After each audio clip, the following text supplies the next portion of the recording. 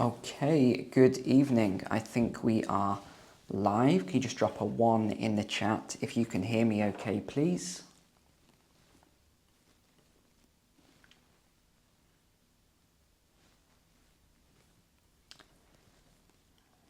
Great. Okay, thank you. I can see that you can hear me okay. Okay, that's wonderful.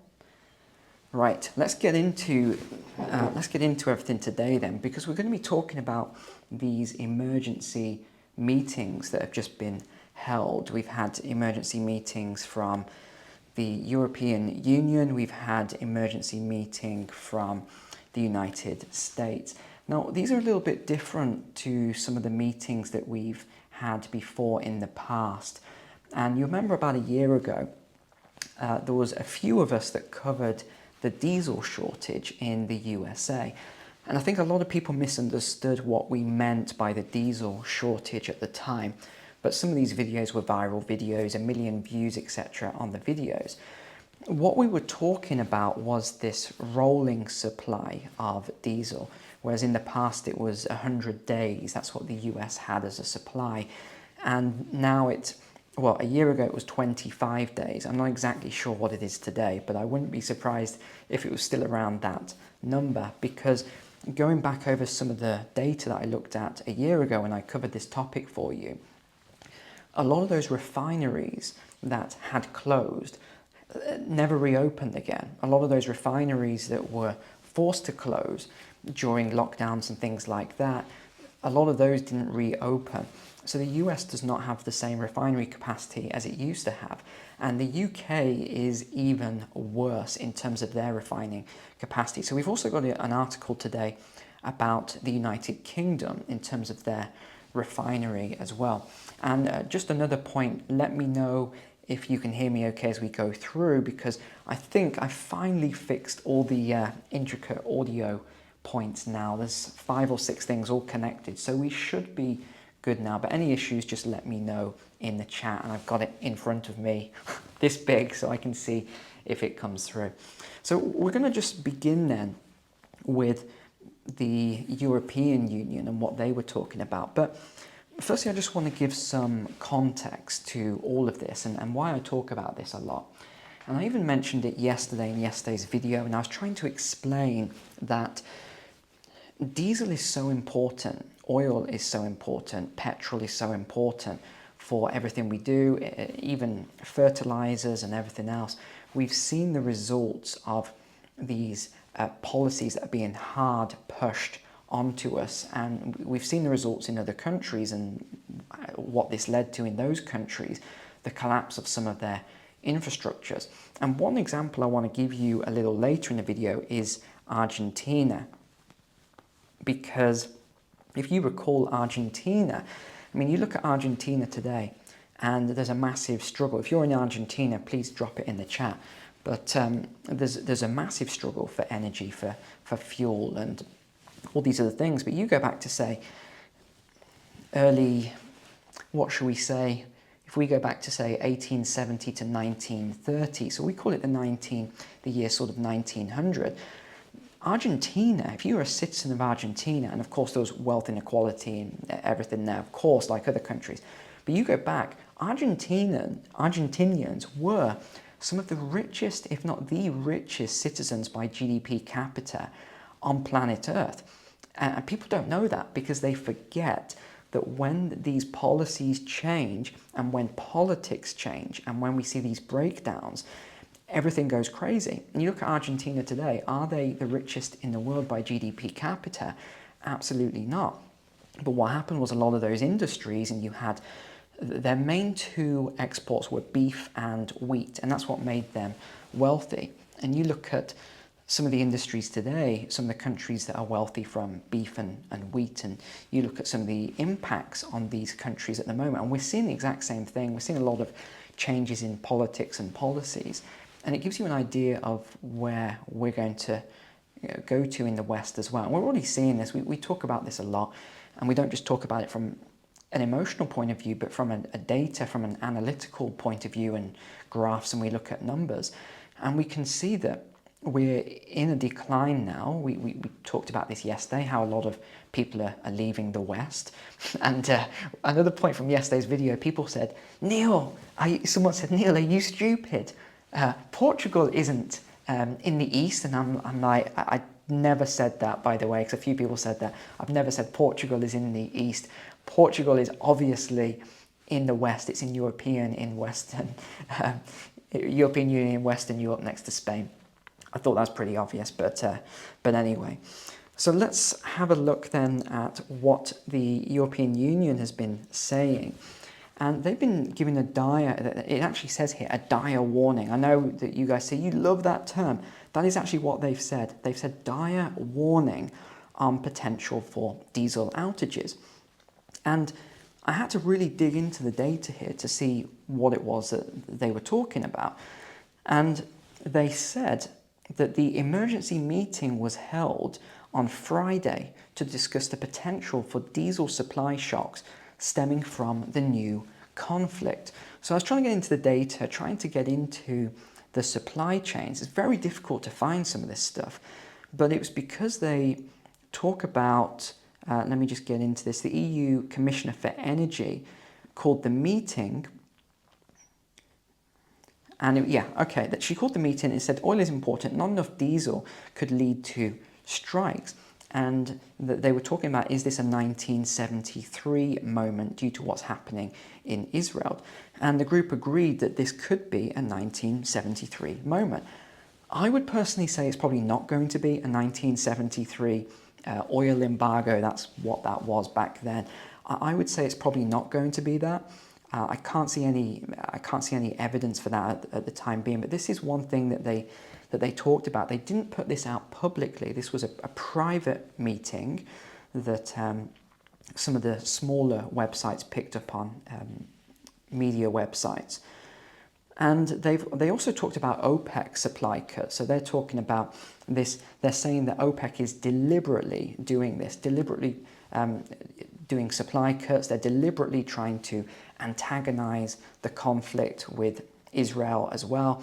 So they're talking about this. And obviously this is why it's behind closed doors, because they're blaming Russia and China and Iran in particular. There's a note here on Iran.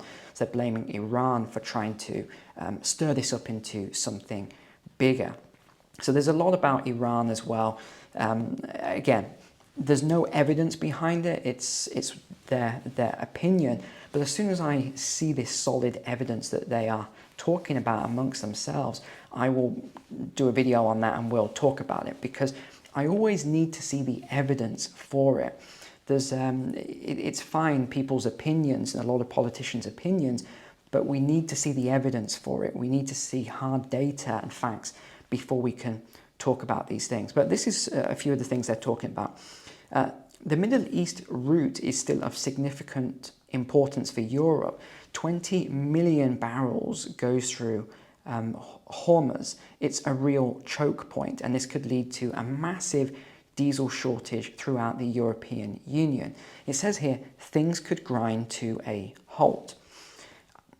A possible crisis would have an immediate impact on price, but it's less of a security of supply risk, though the market is very tight because of OPEC plus cuts. They're saying that tightness should ease in 2024, otherwise we're going to have to go to an emergency plan. Now, it doesn't actually say what this emergency plan is. They don't go into detail on that. But I would assume it would be similar to previous plans, because again, what do we look for? We look for historical examples of things that have happened previously. So that would be rationing. We've seen rationing before. We've seen that only certain people can get fuel from the pump. We have seen even things like in the US where you could only go on certain days, and certain days you couldn't get fuel and things like that. So we'll probably see things like that if this occurs. I would honestly say that I don't think this is going to occur at this point. I just don't see that happening, but it is certainly something they're putting a warning out about this. And then of course they doubled down on Russia, and they're blaming Russia because of Ukraine, and saying that they had no alternative but to sanction Russian energy, and they're not going to do a U-turn on that, and that Russia has put the European Union in a, I think they said something like on the edge of the precipice, or one of these sort of terms. But they are, of course, blaming Russia for the current situation for energy in the European Union. Next then, there was an article I read, and I want to go on to the UK article very shortly, because that is very interesting. If you're a British citizen, I think you'd be interested to hear about this and the Conservative policies, and also what the Labour policies are. I was quite interested by that anyway. So I found this article online, and it was by an energy analyst, and it says the future is bleak. The title is Today's Energy Bottlenecks May Bring Down Major Government. And you know how much I love these sort of articles that are the end of the world, everything's going to collapse. So I enjoyed reading through this one. So here's what they said. The world's experiencing an energy crisis due to a critical shortage of diesel and jet fuel. This shortage could lead to the failure of central governments, with the wealthiest nations and their extensive pension systems at risk of collapse. Yes, collapse. Economic systems are hampered by the reality that governments can generate currency, but Western governments are unable to create the actual resources needed for production. This is actually correct. What they've said so far is correct.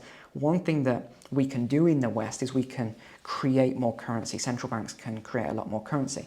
What we cannot do is create and print oil. We can't print diesel. We can't print food. We can't print these commodities that we need.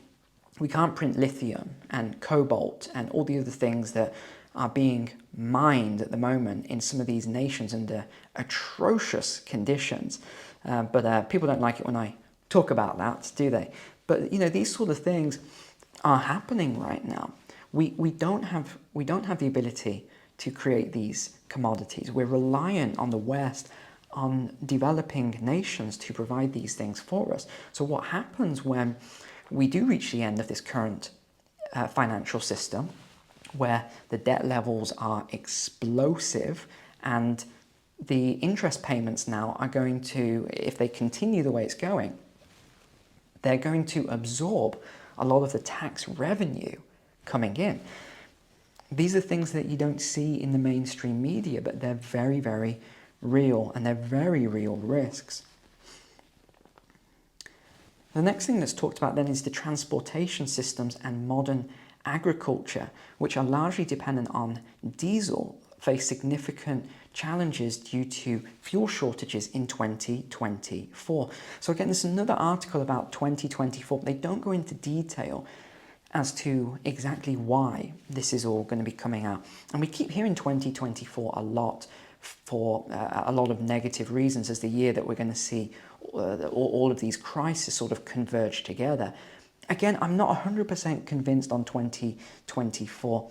If I had to bet on it, and again, this bet is that I think it's going to be closer to 2027 that we're going to see some major, major events happening.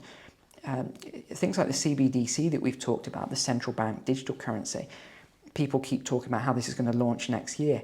I personally don't see it next year. I just don't think, bear in mind I've read almost every single CBDC paper that exists. I just don't think they've got the infrastructure yet to launch this next year. So I still see this happening a little later, which gives many of you a little more time to prepare for CBDCs. And also, if you remember my video on the Great Taking, I get a lot of questions on this. I'm actually just writing an article in the private community about how to offset that if it does come through, if it does happen. So that'll be coming out as well. But there's a lot of problems as well with transportation systems. We have another article saying that they're going to have to they're talking about digital IDs, which is funny because this is not a conspiratorial kind of publication here. This is just a mainstream publication. They're talking about digital IDs for transportation systems to fight crime and terrorism and all this other stuff in the future, so we know who's traveling on the train. Oh yes, of course we need to know who's travelling on the train. Yes, that's of national security, I'm sure. And how the energy systems would need to be rationed around transport as well. So there's a lot of things here that are a little bit strange to be reading this in normal publications, actually. Now, there's a great series on YouTube, many of you might have seen it. It's all around the collapse of civilizations. It was a podcast, they've turned it into a little video series. Highly recommend having a look at it, it's worthwhile.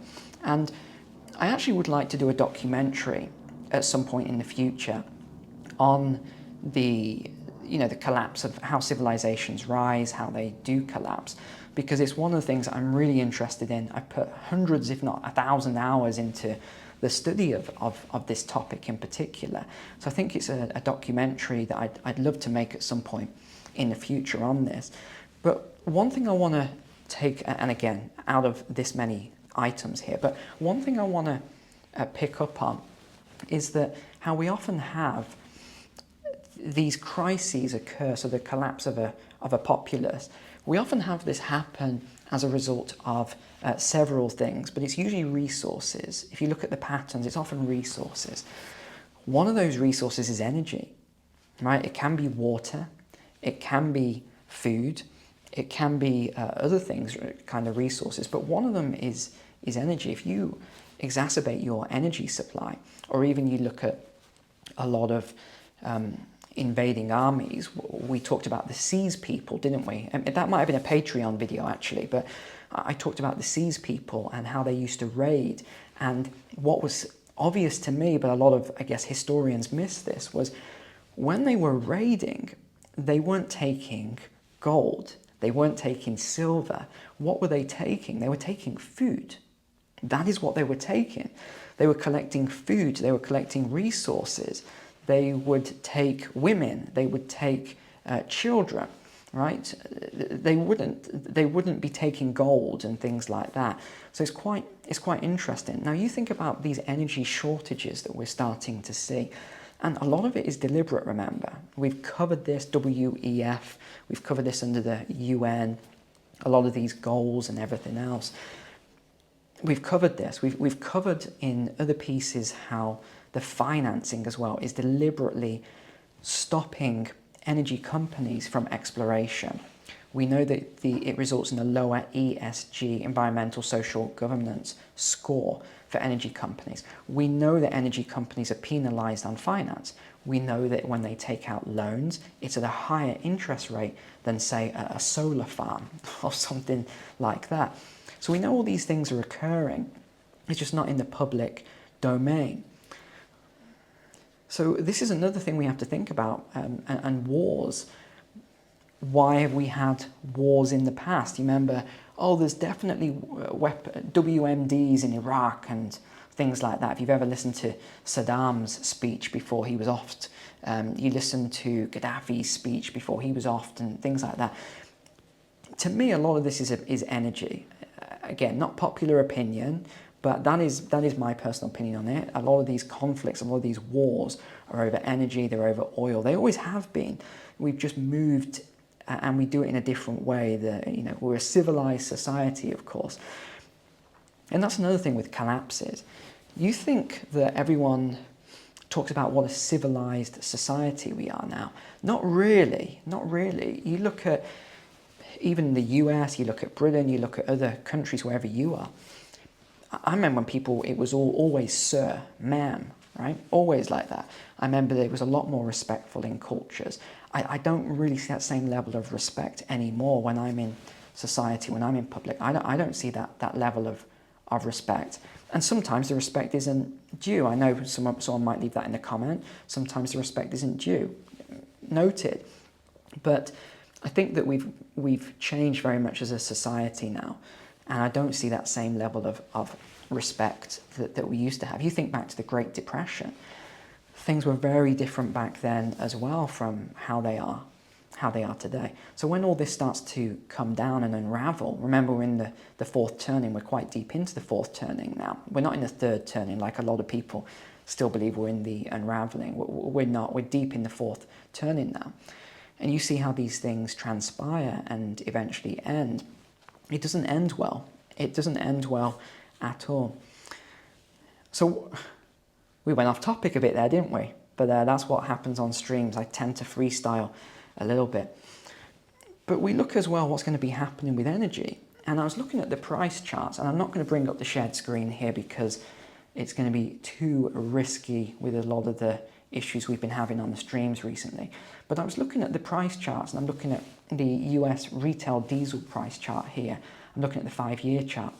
And you go back to 2019, and what I can see here, it was about $3 per gallon on diesel. It dropped all the way down to $2.40 on diesel in 2020. And then we hit a peak of about $5.81 in 2022. But even now, even though what did Biden promise? Bring that diesel price and the oil price and everything back down. It's still at $4.36. And again, this is your retail prices. So it'll be different for each of you in whatever state, etc. So it's up massively. It's up 50%, and it was up 100% in the US. Now you look at, I'm going to change charts now, and I'm looking at the euro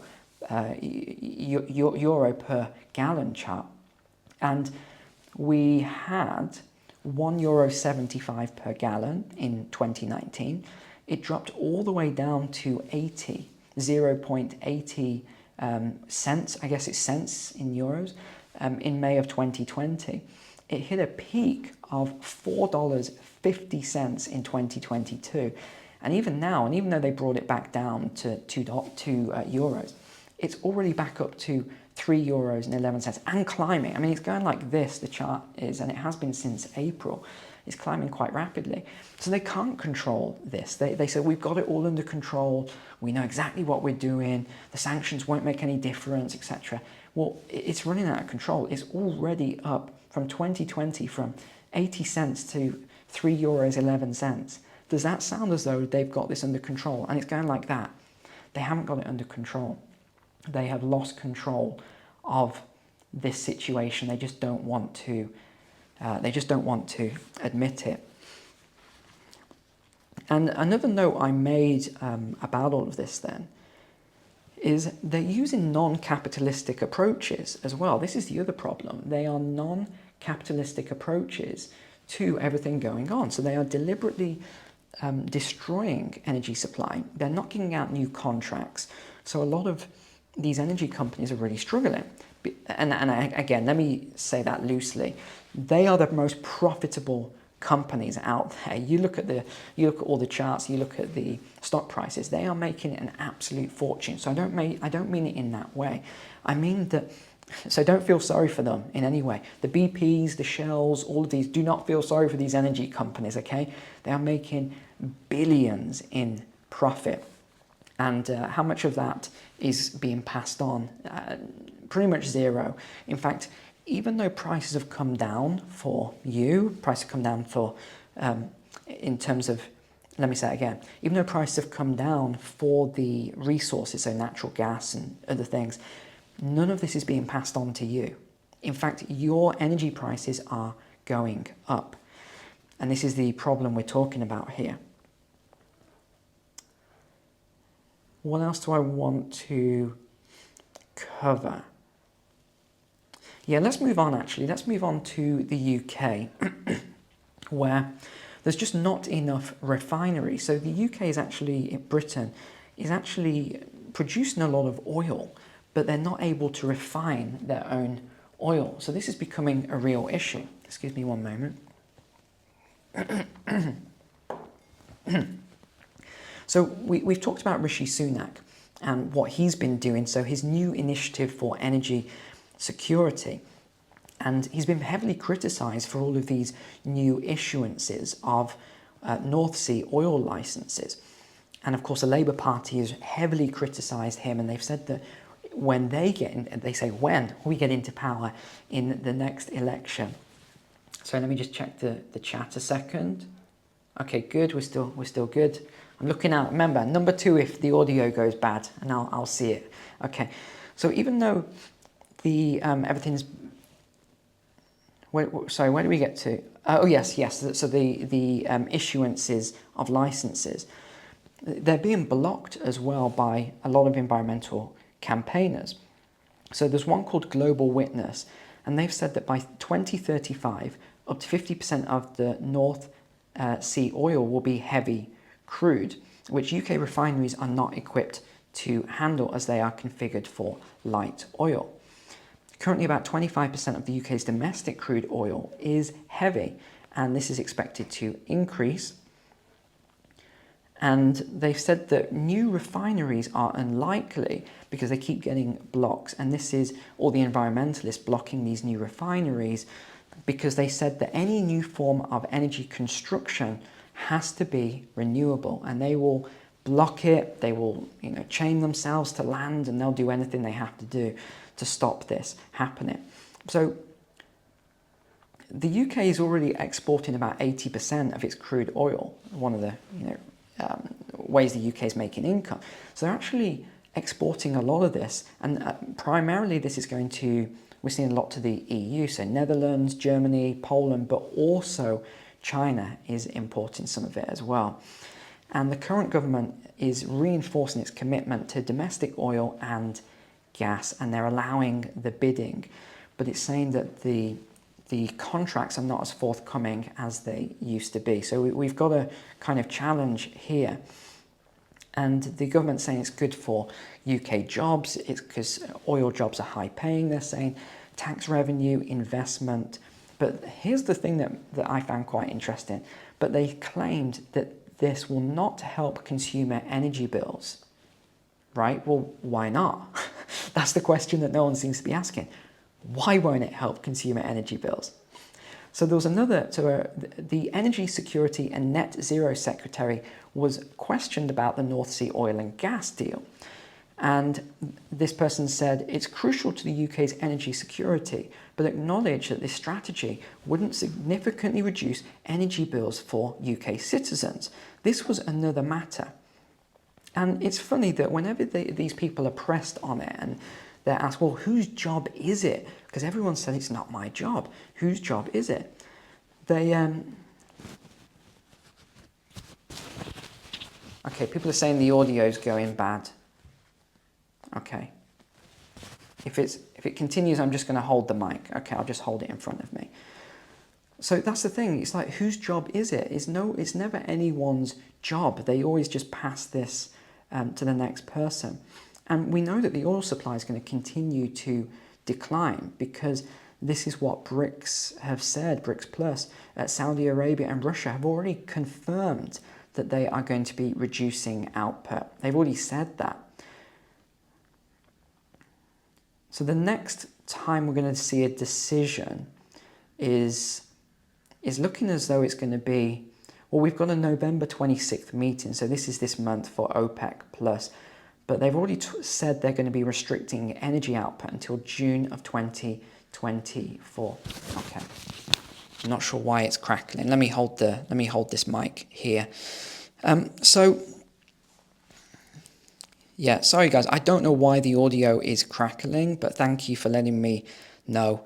It's the receiver is right there and the mic is right here. There shouldn't be any issues at all. And I'm actually trying my second mic today. So actually this is a second mic. It's not even the main mic I normally use. So I'll just hold it here. This should be fine. So okay, let's just wrap up then in terms of what we were saying about Argentina. Okay. Now, Argentina is actually facing their worst shortages on fuel in years. The petrol stations are running dry and there's long lines. There's also, now the one thing they're not talking about, which I think they need to acknowledge, is that there's also an issue because of the US dollars. This is what they're not acknowledging. It's not just about the fuel, it's also the US dollars. See, if they're having issues with US dollars, and that's one thing that's leading, I think, to a lot of this. Farmers are claiming that unless they get diesel shortly, that there's going to be a delay to the planting season of soy and corn, and this will result in a lot of problems for food production, on top of all the other problems we've seen on food production as well. Okay. People are complaining about the audio, so I'm going to wrap it up here and say thanks for being online. Take care. God bless you guys. All right.